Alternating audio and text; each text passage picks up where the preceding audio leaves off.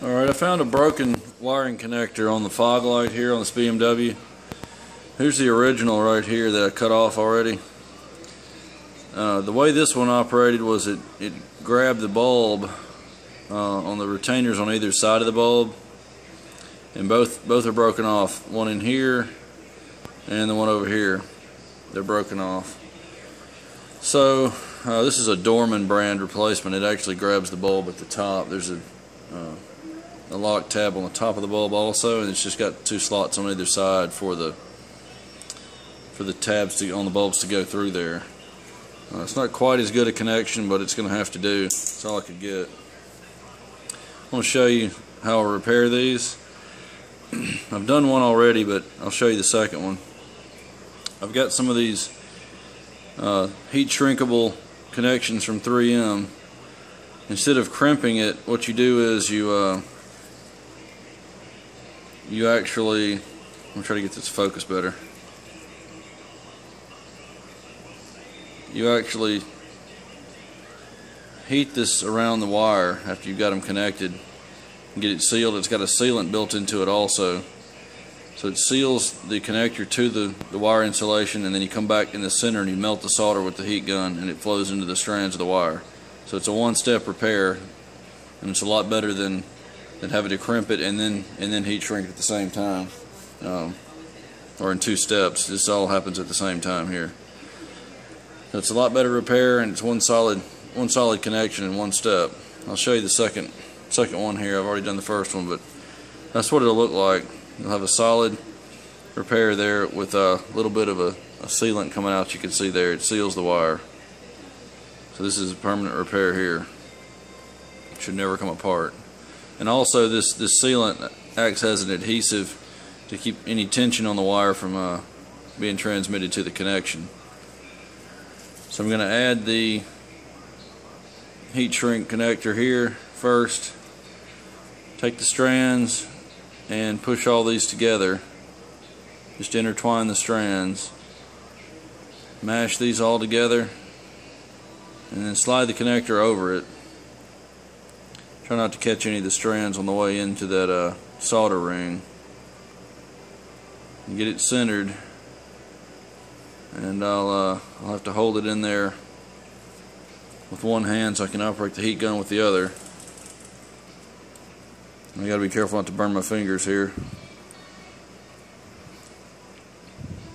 So I've got the wires together and the solder ring is centered there. I'm running the heat gun on hot on this one. I think it's about 1200 degrees or so, something like that.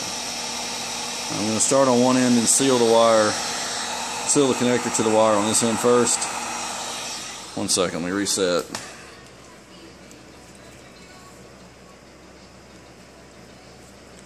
Let's get it back in there.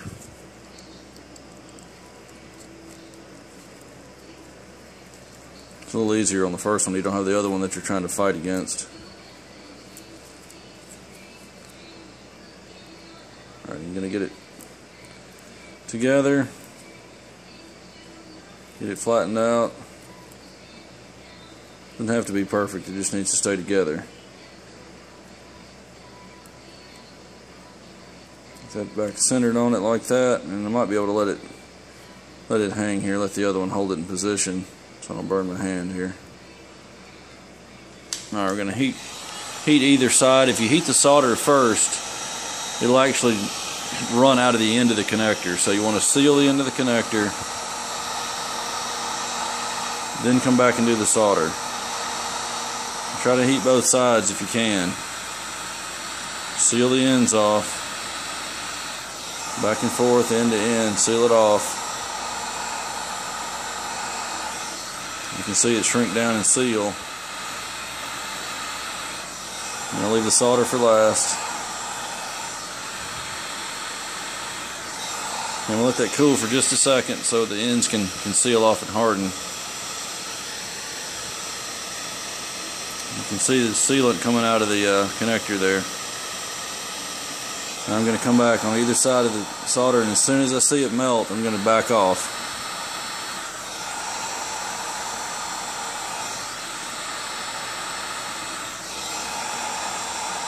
Now you can see it starting to melt.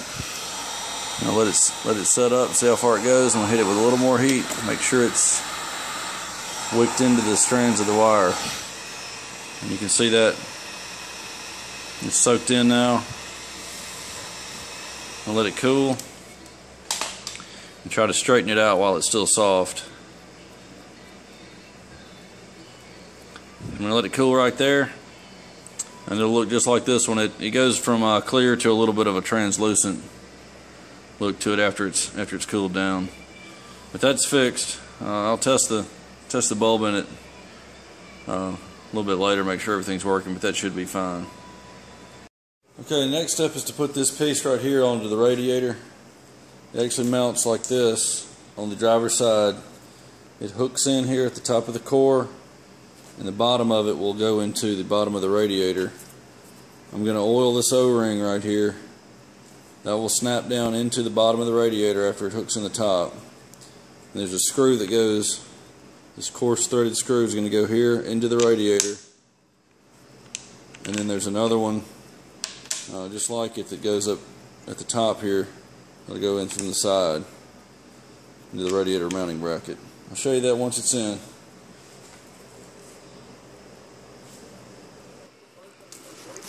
Alright, that expansion tank mounting bracket is in. It's on the radiator there. Down there where that large hole is where the thermostat I was trying to get out of the old piece right here is actually a thermostat for the transmission cooler that comes in there. I would recommend putting, let's see, get the light on it. I would recommend putting this screw right here in, actually putting this bracket on the radiator before we put the radiator in, because that screw is really hard to get to with the headlight in the way here. Getting the socket on it's pretty difficult, and it's a torque, so you got to have a torque socket in it. It'd be best to put this bracket on the radiator before you get it in. I just wanted to put the radiator in the other day to get it out of my way so I didn't damage it. It's doable. I turned it in with a pair of pliers most of the way, and then I got the socket on it. It's pretty coarse thread, so it didn't take very long. But the expansion tank, this is the new one here, it will sit down. It seals underneath here onto those fittings at the base of that bracket. It just drops in like this and seals. So I'll drop it in and seal it once I get the thermostat in. It should be here tomorrow. That'll have it pretty much sealed back up. Then I'll just have to run the lines into it and put the transmission cooler back on. But right now that's pretty much done. We'll move on to doing some of the body work, prepping the bumper. Alright, here's the transmission cooler thermostat right here. Just got this in today. It installs in this direction, right here in this area here where I couldn't get the other one out. I've got the new radiator bracket in the car. I'm going to drop this in, and then I can put the overflow tank, the expansion tank, on top of that. That mounts right down in there where I've got that tape over that hole right there. That'll drop in that hole like this. This little tab will be towards the front. Then I'll drop the expansion tank in, seal it up. Then I can put the upper hose back on and get the system filled back up. Okay, the bumper's ready to go for the BMW.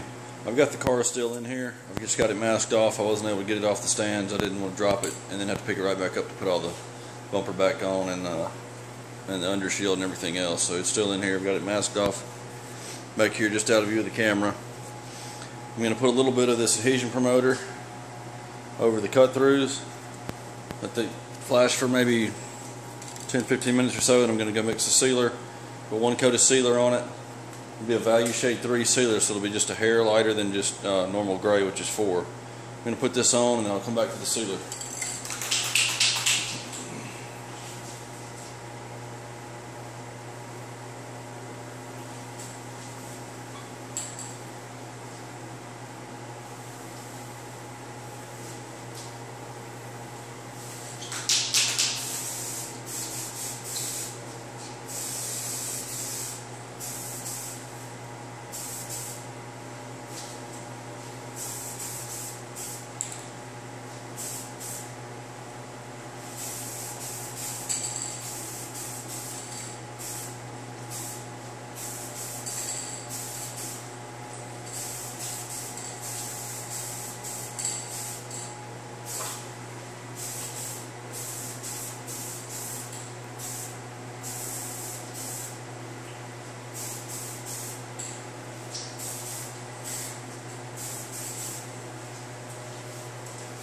that sit about 10 or 15 minutes. Be back for the sealer in a second.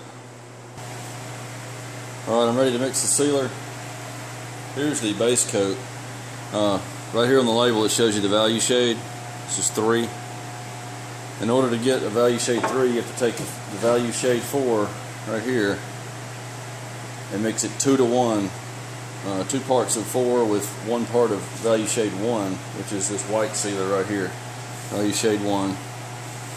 So I'm going to take 2 ounces. I think a total of 4 ounces or so will be good, because when I take the 2 ounces of this to 1 ounce of this, I'll have 3 ounces. Then I need to take a fourth of that, mix that 4 to 1. So I'll take 25% of that number, which is 3 ounces. I'll take that, I'll put that amount of hardener in with it. That'll give me just enough, I think, to do this bumper. The ends of the bumper are really short, so I think I can get by with that amount. Alright, I'm going to mix 2 to 1 with value shade 4 and value shade 1. This first mark here on the cup is 2 ounces. I'm going to put 2 ounces of the value shade 4 sealer in there.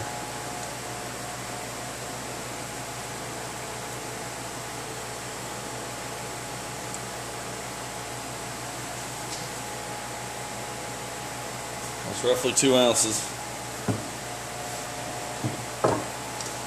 Take a mixing cup, a small mixing cup, little medicine cup type thing. And this is in milliliters actually, so I need 30 milliliters, and that's 1 ounce.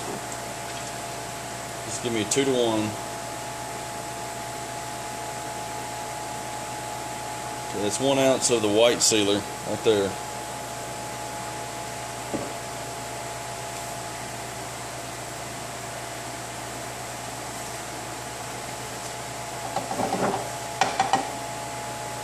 Mix that together. I'll show you the color in a second here. See, it's a little bit lighter than a normal gray.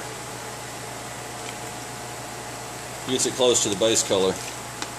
Now I'm going to add, that's 3 ounces, I'm going to add a fourth of that. So I got a 4 to 1 mix with hardener. I've got 3 ounces, so I'm going to divide that by 4. That'll give me 3 ounces, excuse me, 3/4 of an ounce of hardener. And it's 71 degrees in here, so I'm going to use a 70 to 75, excuse me, 70 to 80 degree hardener. So I'm going to do 3/4 of an ounce, which will be 3/4 of 30 milliliters. And that should be, I believe, 22.5. I'll just get that really close.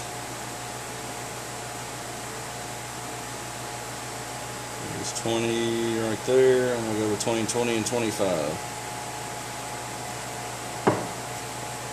That's 3/4 of an ounce. I'll save that cup for doing the base coat, adding hardener to the base coat. But I'm going to get this mixed up and get in the gun. I'll show you spraying the bumper. Alright, I just ran the tack rag over it. Give me 1 coat of sealer.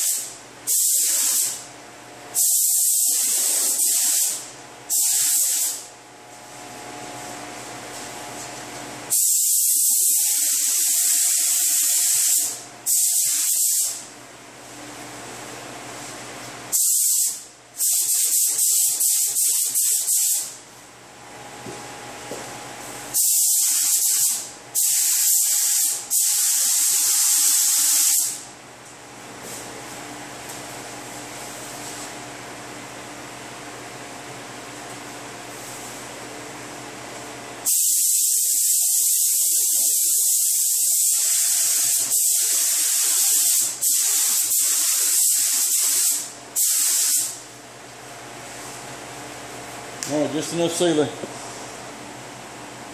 Alright, it's time for the base coat. I've got 4 ounces of GM silver I'm going to use up on this to get it started. And I've got just enough of the BMW silver to finish it off, I think. So, for one coat, at least hit all the offsets and the grill openings with this silver, and then I'll go back to the BMW silver to finish it off.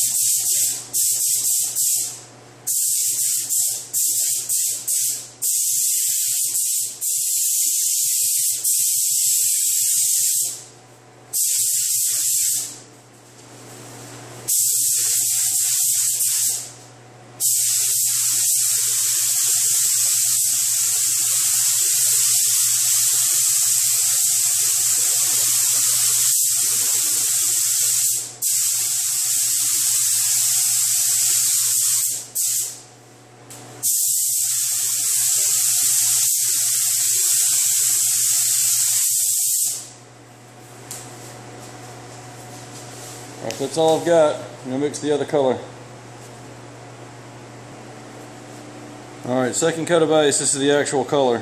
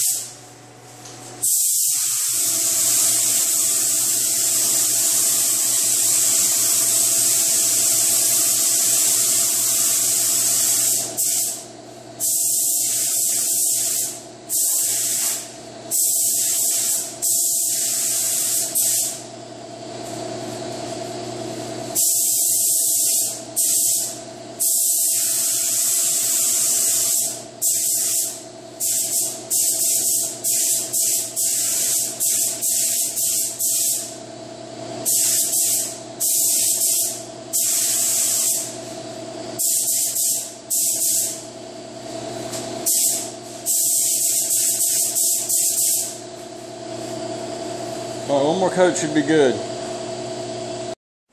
This is the first coat of clear.